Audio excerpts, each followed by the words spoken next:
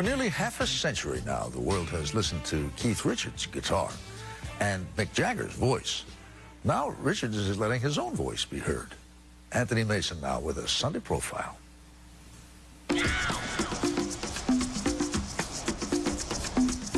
Every fall's different. I think it has to do with what kind of summer you have. Sometimes it's really spectacular, and other times it's kind of more muted like this. Please allow me to introduce myself. Good evening.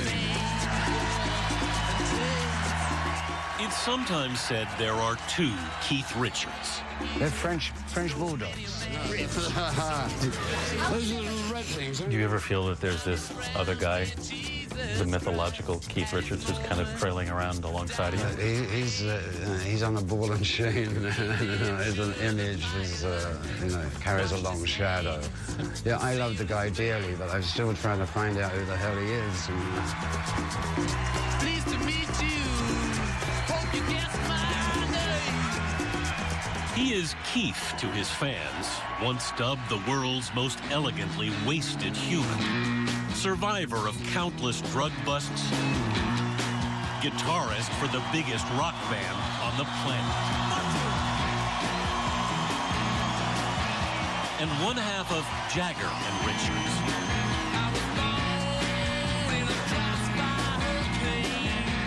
One of the most successful songwriting teams of the past half-century. How would you describe your professional partnership? I've never considered myself a unprofessional, quite honestly. Don't you worry about what's on your mind, oh man. And then there's, well, the other Keith. I get the sense that you're actually, in many ways, a very traditional guy. Yes, this is what I keep trying to tell everybody. That's the one we met in Connecticut. At the house he built 20 years ago to raise his two daughters with his wife, Patty Hansen. Oh, the lemons, look at these. Wow. At home, he's the 67-year-old guitarist with the green thumb. Hand grenades. Who's responsible for these? That's me. You? Yeah, it's amazing, really, isn't it? This is in my spare time I do this. You grow lemons. Yeah. But then you realize the two Keiths are really one. I've always planted things. I used to grow weed, but I was never there for the harvest, you know. Under my thumb, the girl who once had me down. If Keith Richards didn't exist, one critic wrote, rock and roll would have to invent him. And in a way, it has.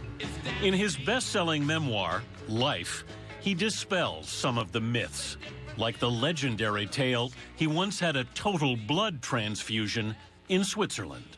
Yes, I created that myth. So you didn't actually have your blood drained and replaced? People wanted to believe that. You know, and I wouldn't swap this blood for nobody.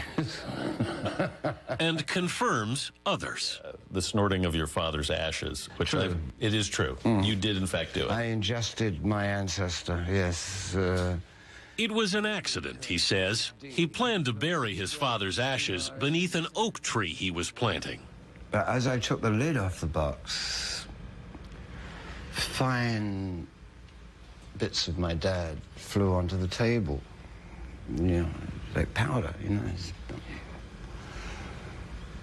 And honestly, I could not resist. I just scooped him up there, took out a straw, see you, Dad. And I did a little line of him. Yeah, I did that.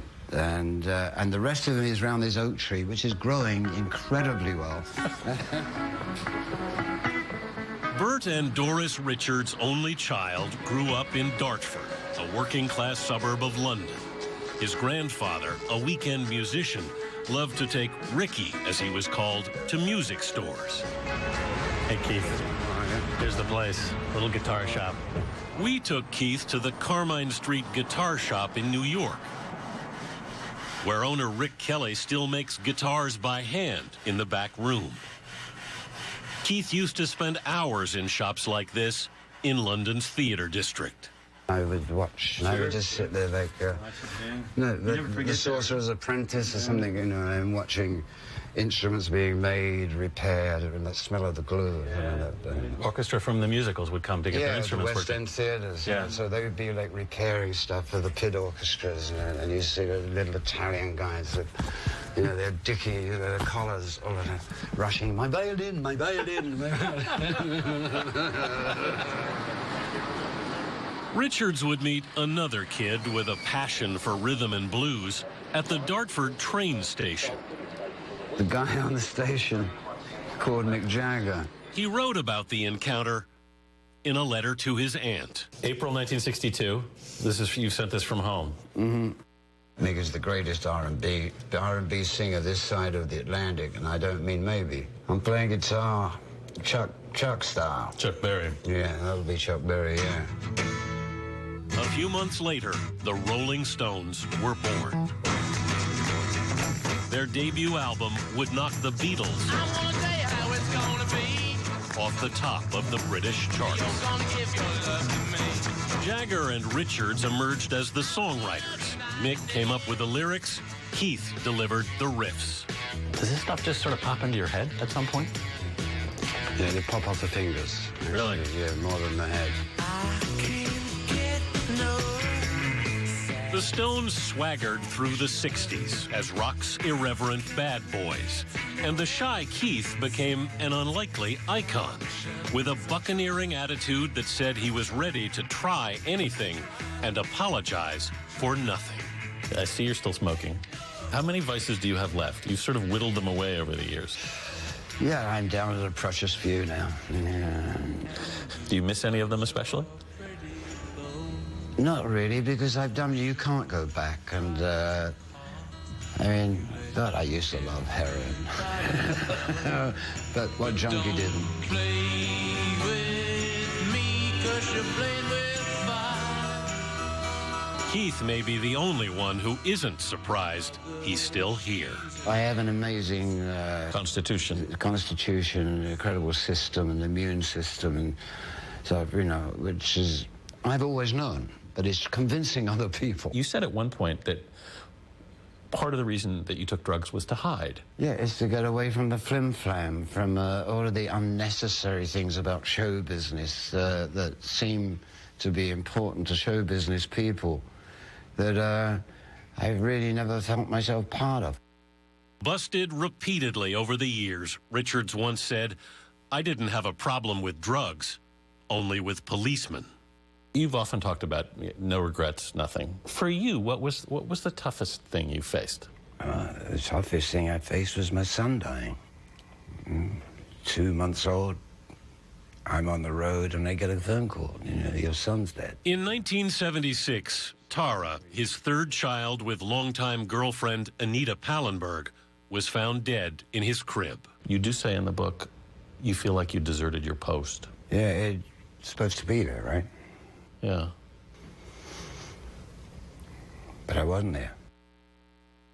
By the end of the decade, Keith had finally cleaned up his act. But for much of the 80s, the Stones did not tour. Jagger wanted to go off on his own, and Richards felt betrayed. You were pretty tough on him during that period. Yeah, well, he was pretty tough on me as far as I'm concerned. You know, I mean, I'm leaving. You know, oh, thanks, pal. He set himself a separate agenda that didn't include any of us, and riding on the Stones' fame to do it. And I thought that was a cheap shot. In the book, you basically say, we're not really friends anymore, but we'll always be brothers. Yeah, yeah. I wouldn't. The reason I say that probably is that we don't see a lot of each other when we're not working. Do you wish you still did? I would prefer it to be closer as guys, you know, but I don't like to socialize in the way that Mick does. Mick probably finds me far too serious and idealistic. Yesterday don't matter if it's gone. Mick and Keith. It's like a marriage with no divorce, Richards once said. Their child is the Rolling Stones.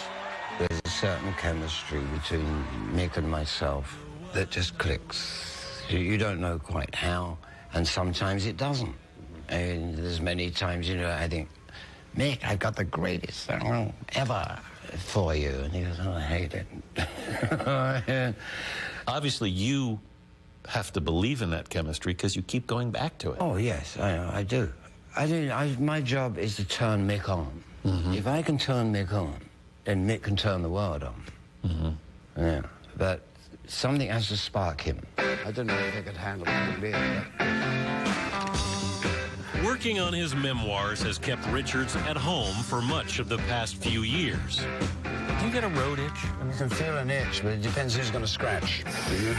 You've all got to scratch together, don't you? Exactly. You know, I mean, this is... Keith Richards is ready to start collecting material for Volume 2 of Life.